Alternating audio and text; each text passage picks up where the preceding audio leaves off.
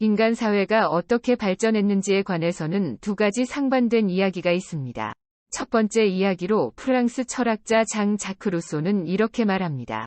옛날 옛적에 우리는 모두 수렵 채집인이었습니다. 작게 무리지어 살았고 모든 사람은 대체로 평등했죠.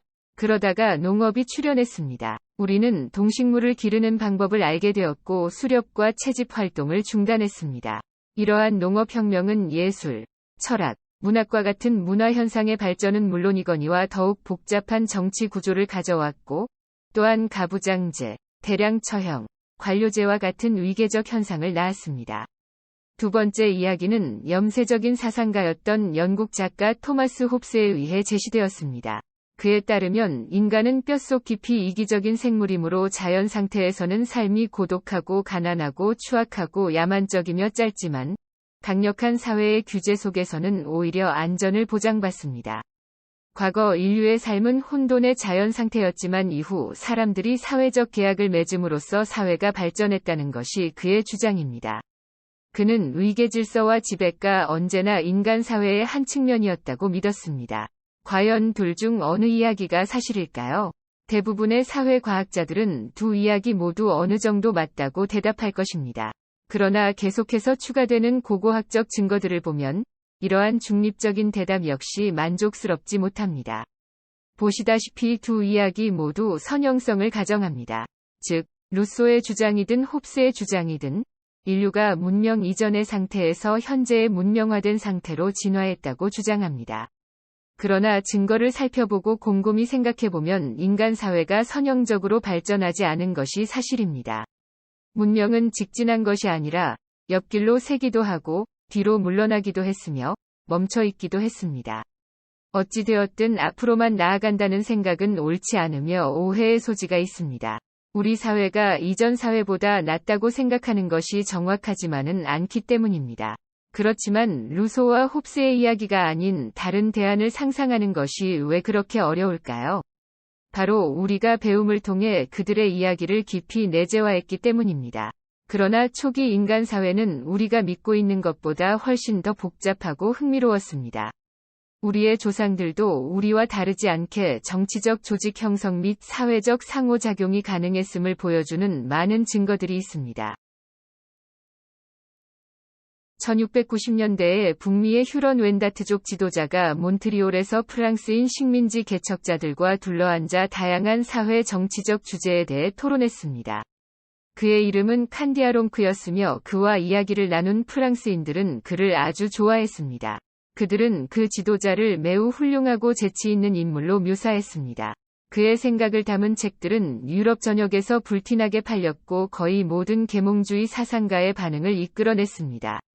아주 간단하게 말하자면 칸디아롱크는 유럽 사람들이 왜 그렇게 돈과 사유재산에 집착하는지 알고 싶어 했습니다. 그리고 다른 모든 사람들은 실질적으로 힘이 없는 반면 왜 유럽의 왕들만 그렇게 많은 권력을 가졌는지, 빈곤은 어디에서 오는지, 왜 사람들은 그러한 불평등을 참고 견디는지에 대해 의문을 품었습니다. 그는 주저하지 않고 6년 동안 유럽 사회의 시작에 대해 생각해 보았지만 여전히 그들의 인간적인 행동을 단 한 가지도 떠올릴 수 없다고 말했습니다. 그의 거친 비판은 유럽 철학자들에게 충격과 흥분을 동시에 안겨주었습니다.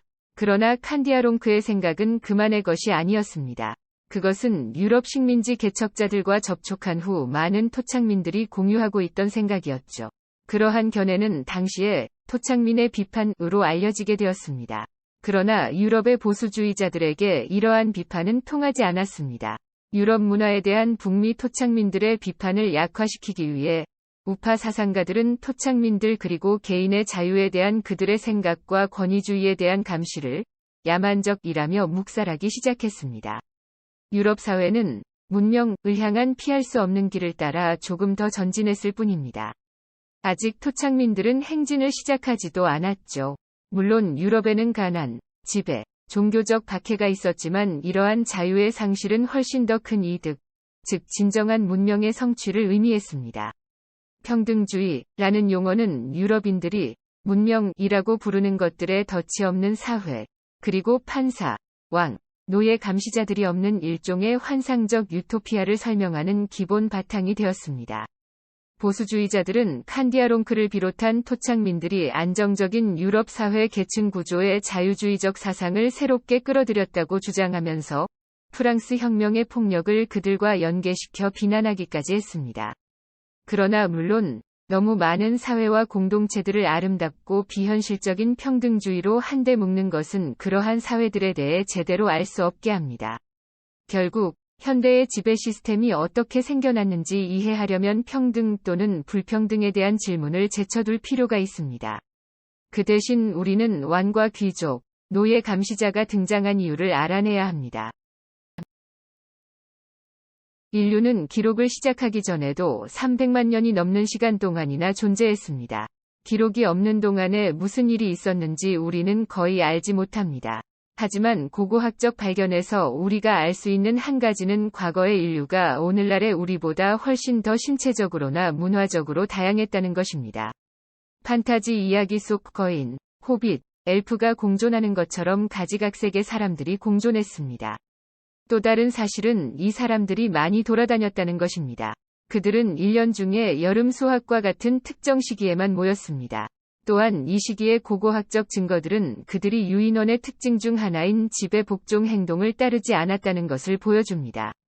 남미와 아시아의 수렵 채집 집단에 대한 민족지학적 이야기들에서 발견되는 사회적 견제 체계가 이것을 입증합니다.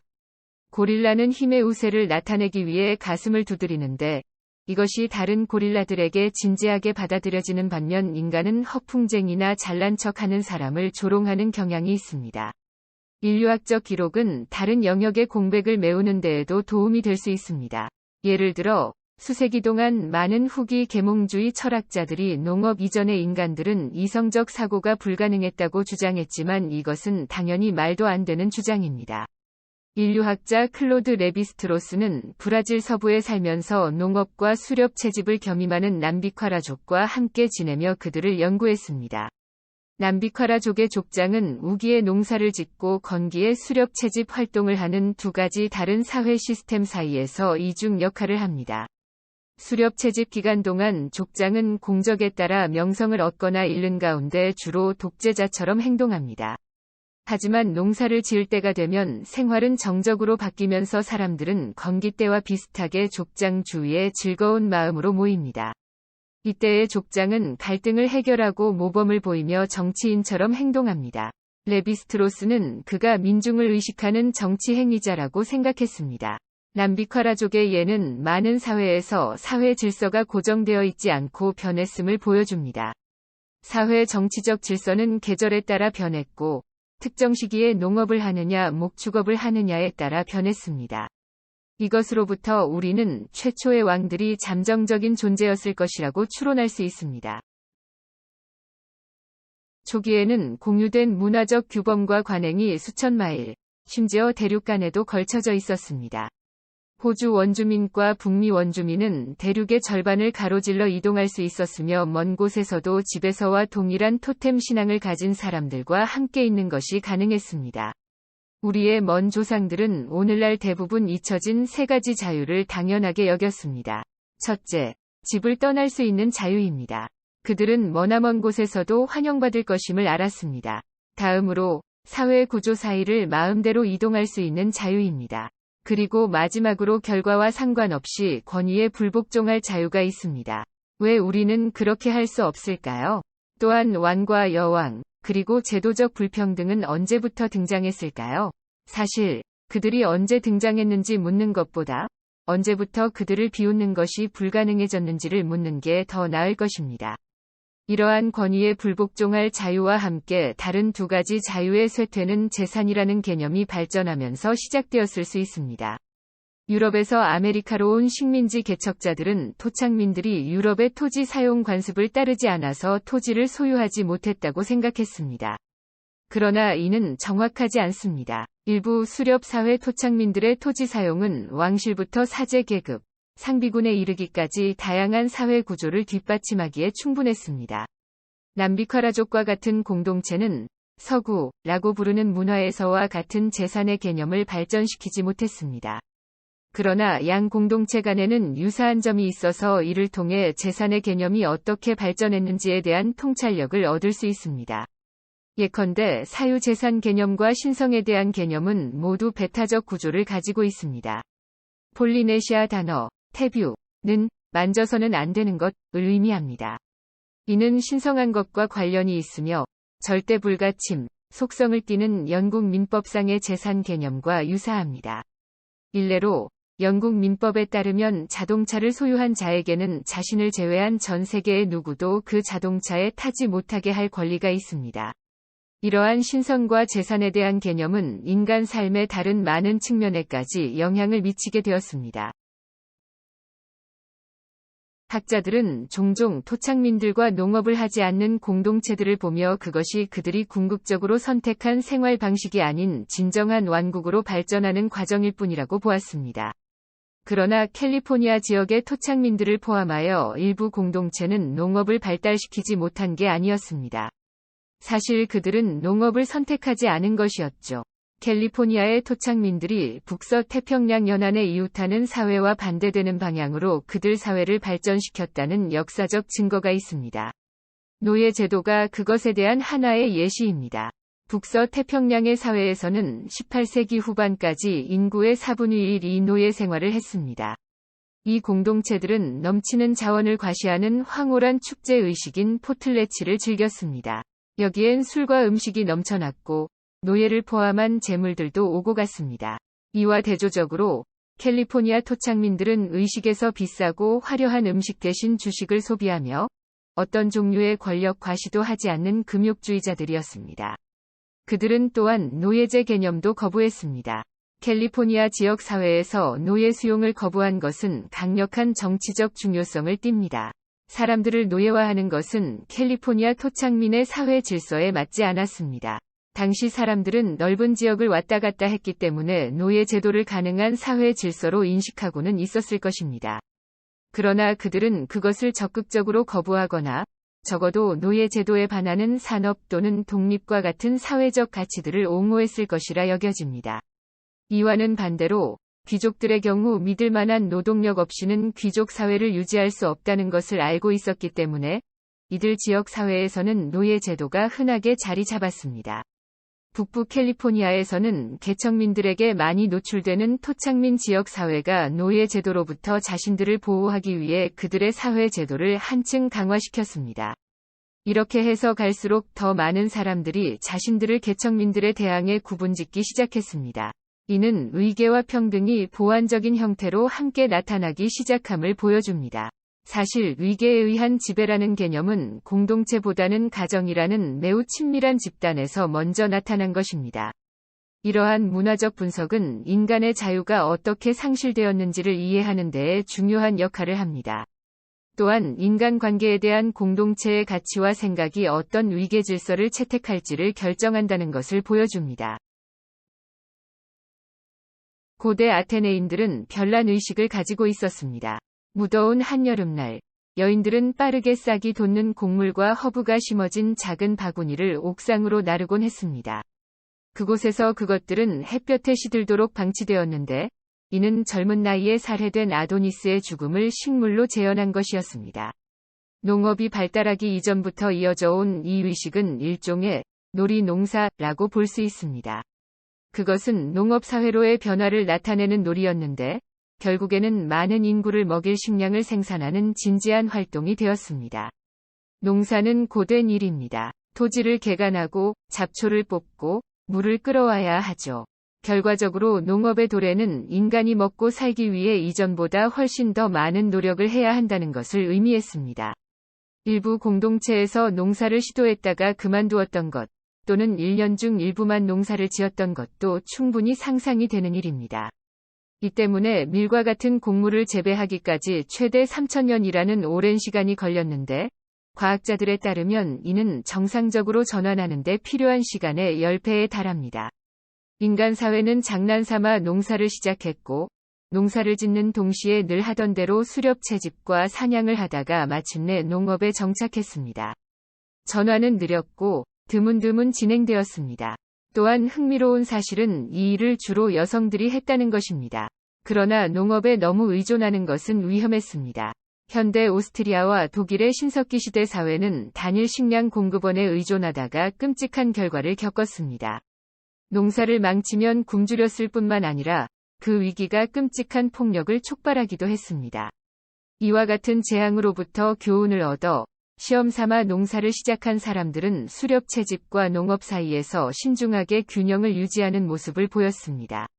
농업으로의 전환이 토지 소유권이나 사유재산의 출현을 의미했다는 증거는 없습니다. 토지의 공동 소유, 재분배 및 공동관리는 스코틀랜드 고지에서 발칸 반도에 이르는 농업사회에서 예나 지금이나 매우 흔한 일입니다. 수백만 명의 시민들이 살았던 초기 도시들에서는 계층이 나뉘어 있지 않았습니다. 예를 들어 초기 메소포타미아 도시들에는 군주제의 증거가 전혀 없습니다. 여러 가지 자빌들은 정기적인 시민활동에 의무적으로 노동력을 제공해야 했던 프랑스의 코르베와 유사하게 공동으로 행해졌습니다. 시민들이 정부의 역할을 수행할 수 있도록 하는 다른 기관들도 설립되었는데 그중 하나인 시민의회는 히타이트, 페니키아, 블레셋 및 이스라엘의 거대 정착지에서 흔히 볼 수 있었습니다. 또한 메소포타미아의 거대 정착지에 대한 고고학적 조사는 민족적으로 다양했던 주요 지역에 걸쳐 공예품 생산 및 행정적 수단이 놀랍도록 고르게 분포되어 있었음을 보여줍니다. 물론 도시 내의 서로 다른 소집단은 행정 방식에 대해 서로 다른 이론을 내세우며 시민의회에서 충돌하기도 했을 것입니다. 때로는 폭력으로 이어지기도 하고 때로는 평화롭게 해결되기도 했겠지요. 오늘날 멕시코 중부에 위치한 12세기의 도시 테오티우아칸은 나중에 형성되었으나 구조는 이와 비슷했습니다. 최소 100만 명이 거주했던 이곳은 민족적 다양성을 갖춘 정교하고 거대한 도시였으며 지배자 없이 미세하게 복잡한 사회 조직을 갖춘 곳이었습니다. 도시의 미술 작품에는 시민들이 모두 거의 동등한 크기로 묘사되어 있고 공동체 전체와 그들의 집단적 가치가 분명히 새겨져 있습니다. 그런데 이 도시들에 인접한 작은 구릉 도시들에서는 상황이 달랐습니다. 도시 문명의 언저리에 있는 이곳들이 바로 귀족 계층의 시작입니다. 터키 동부의 아르슬란테페 같은 곳에서는 궁전이나 요새에 살며 검과 창으로 중무장한 전사 귀족이 생겨났습니다. 이 전사들은 하인과 노예를 두고 서로 치열하게 경쟁했으며 글쓰기와 같은 인근 도시 문명의 특정 문화를 거부했습니다. 고대 사회 중 일부는 점점 국가라고 생각할 수 있는 것과 유사한 형태를 띠기 시작했습니다. 전통적인 정의에 따르면 국가는 주어진 영토 내에서 합법적인 강제력 행사를 독점할 수 있는 권한을 가집니다. 폭력의 통제, 정보의 통제, 개인의 카리스마라는 세 가지 요소가 사회 권력의 기초를 형성합니다. 이들 각각은 관료제와 같이 현대 국가가 의존하는 제도의 기초가 되었습니다. 그렇다면 지배에 필요한 최소한의 권력은 초기에 어떤 형태였을까요? 후기 메소아메리카 사회의 어머니 문화로 알려진 올멕 문명은 뛰어난 국위 실력으로 권력을 얻은 카리스마 넘치는 지도자가 중심에 있었습니다. 또한 페루 고지대의 잉카 이전 도시 차빈데 후안타르 위 지도자들은 소수만이 공유하는 지식을 통제함으로써 권력을 얻었습니다. 그러나 그들의 권력에도 불구하고 이러한 공동체들은 국가가 될 수 없었습니다. 국가와 유사한 무언가가 형성되기 위해서는 세 가지 지배 원칙 중 두 가지가 결합되어 극단적인 폭력성을 낳아야 했죠. 그리고 이것은 고대 이집트에서 일어났습니다. 이집트와 다른 초기 국가들에서는 왕이 신하들과 함께 묻혔는데 때로는 수천 명이 특별히 이를 위해 죽임을 당했습니다. 이제 고고학자들은 죄를 위한 살인을 국가가 만들어지고 있다는 확실한 신호로 간주합니다. 어느 정도는 폭력이 왕을 만들기도 합니다. 그러나 정치 조직이 폭력적인 원시 국가에서만 발견되었던 것은 아니라는 점을 기억해야 합니다. 실제로 고고학적 증거에 따르면 자원 할당량을 감시하기 위해 오늘날의 시리아에 있는 텔사비 아부야드와 같은 작은 신석기 시대 마을에서 전문적인 관리 통제 시스템이 처음 등장했습니다. 이는 자신의 목보다도 더 많은 몫을 차지하는 관료들을 바로잡는 수단이었습니다. 신석기 시대 사람들은 일이 잘못되고 있어도 언제나 조정될 수 있음을 알고 있는 것 같았습니다. 하지만 여전히 질문이 남아 있습니다. 어째서 왕과 지배 계급이 성장했을까요? 대규모 농업이 처음엔 놀이에서 시작했던 것처럼 왕국과 같은 정치 시스템 또한 임시적인 왕놀이에서 시작되었다면 어떨까요? 새롭게 등장한 왕족이 피라미드와 같은 기념비적인 건축물을 짓는 데 관심을 갖는 것은 타당한 이야기입니다. 이와 같은 거대한 건축물들은 인간 희생 제물과 마찬가지로 영원한 권력을 반영하기 위한 것이었습니다. 다시 말해 국가는 결코 당연하게 형성된 것이 아니라 비교적 최근에 세 가지 요소가 합쳐져 탄생한 것이 분명해 보입니다. 그리고 그것이 당연하게 형성된 게 아니라면 또한 영원하지 않을 수도 있습니다. 유럽 식민 정치 체제에 대한 북미 토착민들의 비판은 그냥 나온 것이 아닙니다. 수세기 동안 쌓아온 그들의 정치적 갈등과 논쟁의 결과물입니다. 서기 400년에서 800년 사이에 사람들은 미시시피 강 범람원을 따라 옥수수를 주식으로 경작하기 시작했는데 얼마 지나지 않아 그들 간의 무력 충돌이 거세져 마침내 현재 일리노이주의 카호키아 지역에서 도시의 폭발적인 성장을 맞이하게 되었습니다. 이내 카호키아는 멕시코 북부에 위치한 미국 땅에서 가장 큰 도시가 되었습니다. 서기 1050년경 카호키아는 규모가 폭발적으로 증가하여 궁극적으로 약 4만 명의 사람들이 거주하는 곳이 되었습니다. 한 세기에 걸쳐 하나의 사건이 느린 속도로 맹렬하게 카호키아의 쇠퇴와 인구 감소를 촉발했습니다. 이는 멕시코의 테오티우아칸, 고대 이집트와 메소포타미아 같은 도시들이 멸망한 양상과 유사합니다. 우리는 그 사건이 정확히 무엇이었는지 모르지만 불만을 품은 카호키아 사람들이 그곳을 떠나버려 그런 결과를 맞이했을 것이라고 알고 있습니다. 이것은 중요한 것을 나타냅니다. 국가 형성은 사회 진화의 불가피한 종착점이 아닙니다. 한번 사회가 국가를 형성하는 방향으로 움직이기 시작하면 어느 때에 이르러 완전히 다른 방향, 즉 국가가 무너지는 방향으로 가는 것을 막을 수 있는 건 아무것도 없습니다. 카호키아 이후 북미 전역의 공동체에서는 카호키아에 대한 반동이 정치적 논쟁, 의견의 다양성, 확실한 반권위주의 감정과 같은 가치들을 낳았습니다. 오데호 주변 지역 사회에서는 카호키아에서 일어난 일을 방지하려는 목적으로 사회 질서가 생겨나기도 했습니다. 이러한 가치들은 오늘날 다양한 형태로 우리와 함께하고 있습니다. 북미 토착민들은 국가 형성으로 향하는 공동체들이 맞닥뜨릴 수 있는 함정을 피했을 뿐만 아니라 독립적이고 반권위주의적인 정치적 감수성을 발전시켜 그들의 이야기를 들은 유럽 식민지 개척자들을 감탄하게 만들었습니다. 더욱이 그들의 사상은 근대 정치 사상의 근간을 이룬 계몽주의 사상가들에게 지대한 영향을 미쳤습니다.